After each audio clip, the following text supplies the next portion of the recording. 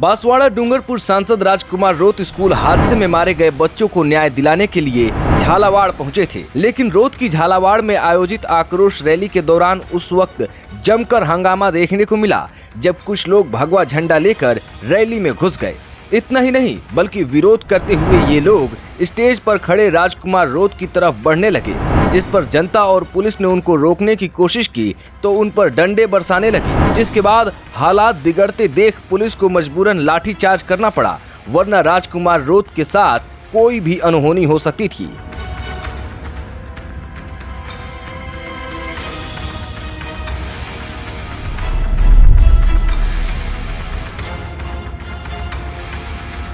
राजस्थान के भील समाज से आने वाले राजकुमार रोत भले ही जमीन से लेकर संसद तक आदिवासी समाज की आवाज उठाते हैं, लेकिन उनके लिए चुनौतियां लगातार बढ़ रही हैं, क्योंकि राजकुमार रोत की झालावाड़ आक्रोश रैली में हुए हंगामे के बाद विपक्ष लगातार उन पर हमलावर है। जहां डूंगरपुर से कांग्रेस विधायक गणेश घोघरा ने उन पर झालावाड़ में मारे गए बच्चों के नाम पर राजनीतिक रोटियां सेकने का आरोप लगाया, तो वहीं दूसरी तरफ आक्रोश रैली के दौरान हंगामा करने वालों ने राजकुमार रोत पर आरक्षण वर्गीकरण के विरोध का आरोप लगाया। लेकिन जब मीडिया ने राजकुमार रोत से बात की तो उन्होंने इसे बीजेपी की साजिश करार देते हुए आदिवासी लोगों को आपस में लड़ाने का आरोप लगा दिया। वहीं कुछ मीडिया रिपोर्ट्स के अनुसार ये पहला मामला नहीं जब राजकुमार रोत को राजनीतिक तौर पर कमजोर करने के लिए योजनाबद्ध तरीके से साजिश रची गई हो।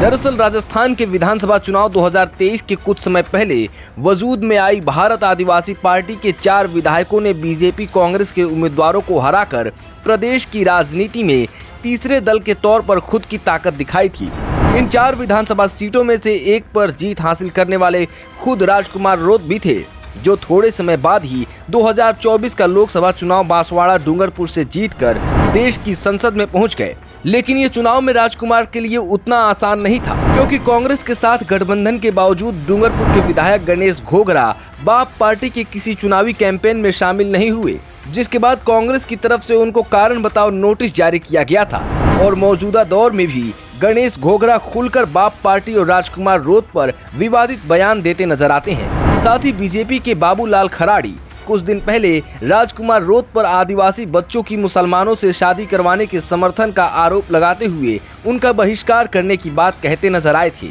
इसी तरह के कुछ बयान राजकुमार रोत पर 2024 के लोकसभा चुनाव के दौरान भी लगे थे, लेकिन राजकुमार ने इसे साजिश बताते हुए इन आरोपों को नकार दिया था। और ये वही चुनाव था जिसमें राजकुमार ने बीजेपी पर आरोप लगाए थे कि उनके हमनाम 2 उम्मीदवारों को बांसवाड़ा डूंगरपुर लोकसभा सीट से उतारा है, जिसकी वजह से उनको वोटों का नुकसान होगा, क्योंकि राजकुमार रोत के अलावा चुनाव में उतरे दोनों हमनाम उम्मीदवारों ने भारत आदिवासी पार्टी के चुनाव चिन्ह के समान ही चुनाव चिन्ह आवंटित कराए थे। लेकिन जब चुनाव के नतीजे आए तो राजकुमार रोत ने करीब 2.5 लाख वोटों के बड़े अंतर से बीजेपी के महेंद्रजीत मालवीय को चुनाव में करारी मात देने की बात कही। लेकिन जब चुनाव के नतीजे आए तो राजकुमार रोत ने करीब 2.5 लाख वोटों के बड़े अंतर से बीजेपी के महेंद्रजीत मालवीय को चुनाव में करारी मात देने के बाद कहा कि इस बार हम चुनाव नहीं रगड़ा निकाल रहे थे और जनता ने रगड़ा निकाल दिया। लेकिन जिस बात के आरोप रोत ने लगाए थे वैसे कुछ चुनाव के नतीजे में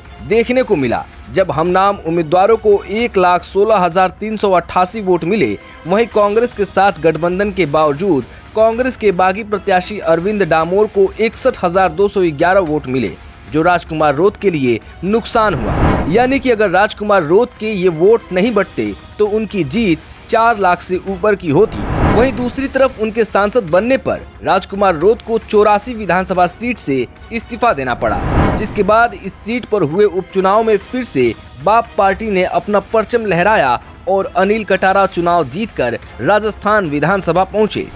लेकिन कुछ समय पहले एसीबी यानी कि एंटी करप्शन ब्यूरो टीम ने जयपुर में बागी दौरा से बाप पार्टी के विधायक जय कृष्ण पटले को गिरफ्तार कर लिया था, जिसके बाद बीजेपी और कांग्रेस विधायक गणेश घोघरा ने जमकर बाप पार्टी और राजकुमार रोत पर तीखी टिप्पणी की थी। लेकिन राजकुमार रोत ने अपने विधायक पर लगे भ्रष्टाचार के आरोपों को राजनीति से प्रेरित बताते हुए निष्पक्ष जांच की मांग की थी। सब कुछ शांत सा चल रहा था, लेकिन अचानक एक दिन राजकुमार रोत ने आदिवासियों के लिए भील प्रदेश का नक्शा जारी करते हुए राजस्थान सहित बीजेपी शासित 4 राज्यों में भूचाल ला दिया, जिसके बाद राजस्थान बीजेपी के नेता राजेंद्र राठौड़ और बीजेपी के प्रदेश अध्यक्ष मदन राठौड़ ने राजस्थान के इतिहास का अपमान करने का आरोप लगाया। खैर, राजस्थान की जनता राजकुमार रोत के खिलाफ हो रही इन राजनीतिक दांव को किस नजरिए से देखती है, वो कमेंट सेक्शन में जरूर बताएं। धन्यवाद।